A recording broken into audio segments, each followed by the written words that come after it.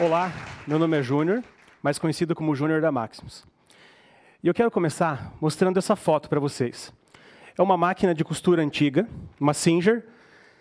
É um artefato que está na minha família há mais de 60 anos. Essa máquina pertenceu à minha avó e diz muito também sobre a minha história. Agora, imaginem vocês, uma menininha de apenas 9 anos de idade, que sentada numa cadeira para costurar numa máquina dessas, mal alcançava a manivela. Certa manhã, essa menininha ficou em casa para cuidar do almoço, enquanto a família ia trabalhar na roça. E ela resolveu aprontar uma das delas. Ela pegou a única calça domingueira do seu irmão mais velho e cortou, bem aqui no meio. Fazendo uma barrinha italiana, dobrando assim, ela criou um shorts para o irmão mais velho. E das pernas da calça que ela tinha tirado, ela fez uma saia de pregas para uma das irmãs. Quando a minha avó chegou em casa e viu a estripulia, ela ficou furiosa. Só que ela pegou e começou a olhar, mas tinha ficado tão bem feito, que aí ela perdoou, é claro, e começou a ensinar tudo o que ela sabia para minha mãe. Já adulta, a minha mãe escolheu a profissão de costureira. E de costureira foi a empresária. Casou-se com meu pai, que por acaso também era alfaiate. E há 35 anos, mais ou menos, em 1984, eles fundaram o que hoje é o Grupo Maximus. 3 anos depois veio o primogênito. Eu nasci em 1987. Aos 14, comecei a trabalhar na empresa da família. E com 18, meus pais se divorciaram. Eu já estava na faculdade de administração. E aí eu senti que tinha chegado a minha hora. A minha hora de também empreender. Entrando na empresa, eu vivi todos aqueles dramas que os filhos de dono enfrentam quando entram para trabalhar. Não me acertei muito bem com a minha mãe no começo. Mas eu gosto muito de uma frase que diz: os mais velhos sabem de onde o mundo veio. E os mais jovens sabem para onde o mundo vai. Isso é ótimo, essa dialética. Só que eu não consegui esperar o tempo necessário. Aí eu resolvi abandonar a loja, sair para ser distribuidor independente da Herbalife. Sim, eu usava aquele botão dizendo assim: quer perder peso? Pergunte-me como. Eu tinha certeza que ia fazer fortuna com o marketing multinível. 6 meses depois, as coisas não foram lá, né, como eu esperava. Coloquei o rabinho entre as pernas e voltei para a empresa da família. Mas eu tinha uma carta na manga. Eu fui lançar a revista Maximus Noivos. O começo também não foi fácil. Tinha 19 anos, essa barba não tinha crescido ainda. Mas, para compensar a falta de experiência e a credibilidade, eu ia todo engravatado visitar os anunciantes. Chegava um pouco antes da hora marcada. Como a gente só tinha um carro, muitas vezes eu tinha que fazer as visitas de bicicleta. E engraçado que eu tinha que colocar a barra da calça por dentro da meia para não pegar na correia da bicicleta. Mas, desta vez, eu prosperei. A revista era um anuário, editada apenas uma vez por ano. Porém, nas últimas edições, ela era bem recheada, tinha mais de 350 páginas. A gente chegou a ter 200 anunciantes por edição. E eu chegava a cobrar até R$2.000 por uma única página de anúncio. Naquela época, provavelmente, o anúncio mais caro de publicação da região. Essa revista, a gente também teve a oportunidade de visitar 6 países, fotografando editoriais de moda internacional, com direito a um prêmio de fotografia em Paris.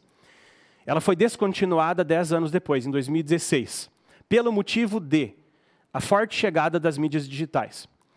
Então, ela deixou um grande legado, é claro, para o Grupo Maximus. Nessa altura do campeonato, minha mãe já, com certeza, era aí uma das estilistas mais bem pagas do Paraná. E quando a revista terminou, em 2016, também se falava muito das startups. Eu pensei, vou fazer um aplicativo. Inclusive, vai ser a ponte para aposentar a revista e entrar no digital com mídia. O aplicativo se chamava Bem Casados. Ele era um wedding planner. Um aplicativo para as noivas organizar o casamento. Tinha um checklist, tinha planilha financeira e mais um monte de função, que no fim das contas acabou me custando um prejuízo de praticamente R$70.000, porque as noivas, no fim, não baixavam, não usavam, né? Então, beleza, a gente descontinuou o projeto do aplicativo. E nessa altura do campeonato também, o Grupo Maximus, além das lojas de locação, as tradicionais lojas de locação, já tinha também aberto 2 lojas físicas de tecidos. Uma aqui na cidade de Cascavel e uma em Toledo. A de Cascavel ia muito bem, obrigado, dava lucro. Mas a de Toledo estava capengando. A gente não conseguia bater ponto de equilíbrio. Aí eu cheguei para o meu irmão Lucas, meu sócio em tudo que eu tenho de empreendimento, inclusive está aqui, e falei: Lucas, ele estava arrependido já lá do Bem Casados que tinha dado zica. Ele estava junto comigo, né, no investimento. Agora a gente vai abrir uma loja online, a gente vai pegar o estoque da loja física da mãe, que não está vendendo aquela lá, a gente vai cadastrar, vai comprar uma câmera fotográfica, estúdio e tal. Quanto? Uns 50 mil. putz, cara, mas não, agora vai dar certo, agora vai. Daí ele comprou a ideia. A gente fez tudo nas escuras, assim, não contou nada para minha mãe. Só que daí ela vinha chegando, máquina e coisa. Só no dia que o site entrou no ar, contratou plataforma de e-commerce e tudo, que ela foi comunicada de uma proposta que ela não poderia recusar, porque nós assumiríamos todos os riscos e ainda a gente venderia o estoque dela, daria todo o dinheiro para ela, ou seja, melhor proposta, né? Ok, ela aceitou. Mas agora, nessa altura da história, eu tenho uma confissão para fazer para vocês. Até aqui, eu não sabia o propósito dos negócios que eu abria. O porquê não era claro para mim. Mas aí veio um insight. Eu gostava de fazer cursos de marketing digital, e aqui na cidade de Cascavel eu estava fazendo um curso que a instrutora indicou um livro transformador, que eu ainda não li, mas eu indico para todos vocês, porque esse livro mudou a minha vida. O nome do livro, mas eu vou explicar. O nome do livro é Comece pelo Porquê, do autor Simon Sinek. É que assim, eu gosto de ler. Só que, como eu viajo muito, eu tenho um hábito de escutar podcasts. Então, sempre que alguém me fala de um livro que eu gosto, um título, eu primeiro procuro um podcast, um audiobook, até um vídeo no YouTube que fale do assunto. E eu achei um TED desse cara no YouTube falando Comece pelo Porquê, o mesmo título, né? Aí eu falei assim, assisti, inclusive foi muito revelador o que ele falou, porque eu quero mostrar para vocês aqui. Ele tem esse The Golden Circle, que é a ideia central dele. Então, ele tem o círculo menor dentro, o porquê, o como, em seguida, e o círculo maior, o quê. Então, ele fala que 100% das empresas sabe o que elas fazem, aqui, o círculo maior. E também a maioria das empresas sabe como elas fazem. Agora, pouquíssimas empresas do mundo sabem o porquê delas fazerem as coisas. E aquilo mexeu comigo, porque a Maximus Tecidos, que era a menina dos olhos, o e-commerce que eu estava montando, e tudo mais que eu tinha feito, não tinha um porquê, eu não tinha essa clareza. E aí eu decidi que eu queria um propósito para a nossa empresa. Mas não podia ser qualquer propósito. Eu queria um propósito nobre, grandioso, sabe? Que valesse a pena. Assim como a Apple, que, né, tipo, tem com o Think Different dela, que ela quer desafiar o status quo em tudo que ela faz, ou uma frase que eu gosto da Nike, que diz, para a Nike, se você é um atleta, se você tem um corpo, você é um atleta. Então, eu disse, nós não venderemos tecidos. Nós vamos resgatar o hábito de costurar. Esse vai ser o nosso propósito. E veja como a comunicação fica muito mais clara quando a gente fala de dentro do círculo para fora e não de fora para dentro. Vamos primeiro da maneira errada.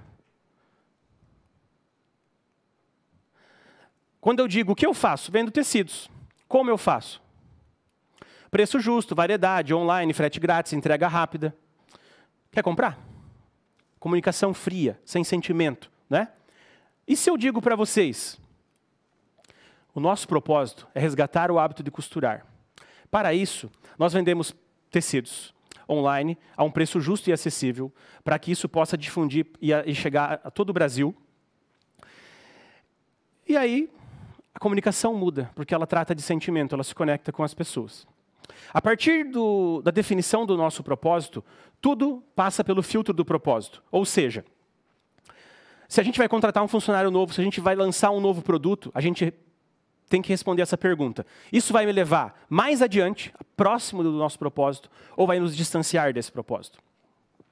E a partir disso, a gente começou, linkado com o propósito, a criar serviços e produtos que estavam orbitando ao redor desse propósito. Então, hoje nós vendemos não só tecidos, livros de costura, moldes e réguas, cursos online para ensinar as pessoas a costurar. Temos um blog chamado Clube da Costureira, que recepciona artigos das maiores autoridades do assunto. Temos o Rádio da Costureira, que é o primeiro podcast do Brasil, e até onde eu sei, o único, direcionado para costureiras, estilistas e amantes da moda sob medida. Nós temos conteúdo gratuito, patrocinamos produção de conteúdo gratuito em mais de 50 canais no YouTube, porque isso está linkado com o nosso propósito. Recentemente fizemos parcerias com exclusivas com duas marcas muito expoentes do mercado. A Singer, que nada mais é do que uma empresa centenária, presente em 150 países, líder mundial na produção de máquinas de costura e responsável por difundir a costura doméstica como a gente conhece ela hoje. E ainda a revista Manequim, que é a revista de moda mais antiga do Brasil, que completou agora 60 anos. Também temos uma coluna lá onde a gente apoia essa produção de conteúdo. Com esse propósito definido, os resultados começaram a chegar. A loja online recém fez 4 anos, Nós já conquistamos mais de 30 mil clientes pelo Brasil e entregamos quase 2.000 pacotes por mês. Mas eu quero falar como é que isso funciona na prática. Eu acho que não vai dar para ler, por isso eu vou tirar o celular aqui. O que eu tenho aqui? Eu vou dar para vocês apenas um exemplo de como a gente resolve problemas de cliente na empresa. Tá? Então aqui eu tenho um print de conversa do nosso grupo do WhatsApp lá da loja. Eu consigo ler aqui. Então, a nossa funcionária Paola, que é uma consultora de moda, inclusive líder do departamento de atendimento, postou aqui uma foto de um envelope onde a gente manda os livros para as clientes e um livro todo rasgado e mordido. Aí tem uma mensagem da cliente reclamando. Seguinte: olá, meu nome é Gabriela. Acabei de comprar um livro de vocês e ele chegou. Só gostaria de pedir que retirassem a entrega como se fosse uma carta, pois o carteiro não chamou, simplesmente jogou o livro no quintal e a minha cachorra o devorou. Infelizmente, estou muito mal. Sei que vocês não tiveram culpa, mas o livro que eu esperei tanto agora é só um monte de papel picado. E aí a nossa colaboradora, sem pensar se ela ia ser recriminada ou não, e não só trazendo um problema, mas trazendo uma solução para esse problema, disse assim: sei exatamente o que a cliente está sentindo. Posso reenviar o livro com uma cartinha e um brinquedinho novo para o cachorrinho? Agora eu vou ler a carta, escrita a punho, que a nossa colaboradora fez em nome não só dela, mas de toda a equipe. Agora eu acho que eu preciso do celular. Mas está aqui. Oi, Gabriela. Recentemente você me deu a notícia de que a Nutella comeu a sua correspondência. Sei exatamente como é isso. Também já fui vítima dos dentinhos ferozes dos meus filhinhos. Nessa brincadeira, já perdi inúmeros calçados, roupas, sofá, cantinhos de móveis e, pasme, até um pedaço do piso. Mostrei a sua foto para a minha equipe e todos ficaram sensibilizados. A situação até seria cômica se não fosse trágica. Mas como nós somos apaixonados por doguinhos, estamos enviando um presentinho para a Nutella. Esperamos que ela goste. E nessas fotos estão os nossos terroristas. A Pan e o Piccolo são do Júnior e da Camila, os donos da loja. E o Charlie e o Bruno são os meus. Mas não se engane com essas carinhas fofas. Eles também adoram rasgar papéis. Com carinho, Paola Gomes e equipe Maximus. Daí o que a cliente recebeu? Simples, um mordedor, foto dos nossos doguinhos, os casalzinhos de pug é meu, da minha esposa Camila, e o Charlie e o Bruno aqui do lado direito da Paola. É claro, um livro de volta para a cliente, né? Nada mais justo. Então o que eu quero dizer com isso de forma bem breve? Tanto eu não recrimino o comportamento dela, quanto eu estimulo, porque é humano, porque é uma experiência, a gente está na era da experiência. E a gente tem um propósito, e a gente quer angariar para que o propósito aconteça. Então a mensagem final que eu quero deixar para vocês: quando as pessoas reconhecem o nosso propósito, elas não compram porque nós queremos que elas comprem. Ou elas não se candidatam a uma vaga apenas pelo emprego. Elas fazem isso por elas mesmas. Simplesmente porque elas querem participar da causa. Então, se você é empreendedor, ou se você sonha um dia em empreender, o recado que eu dou é: preocupe-se primeiro com o propósito. Se você não sabe a resposta da pergunta do porquê, busque-a dentro do seu coração.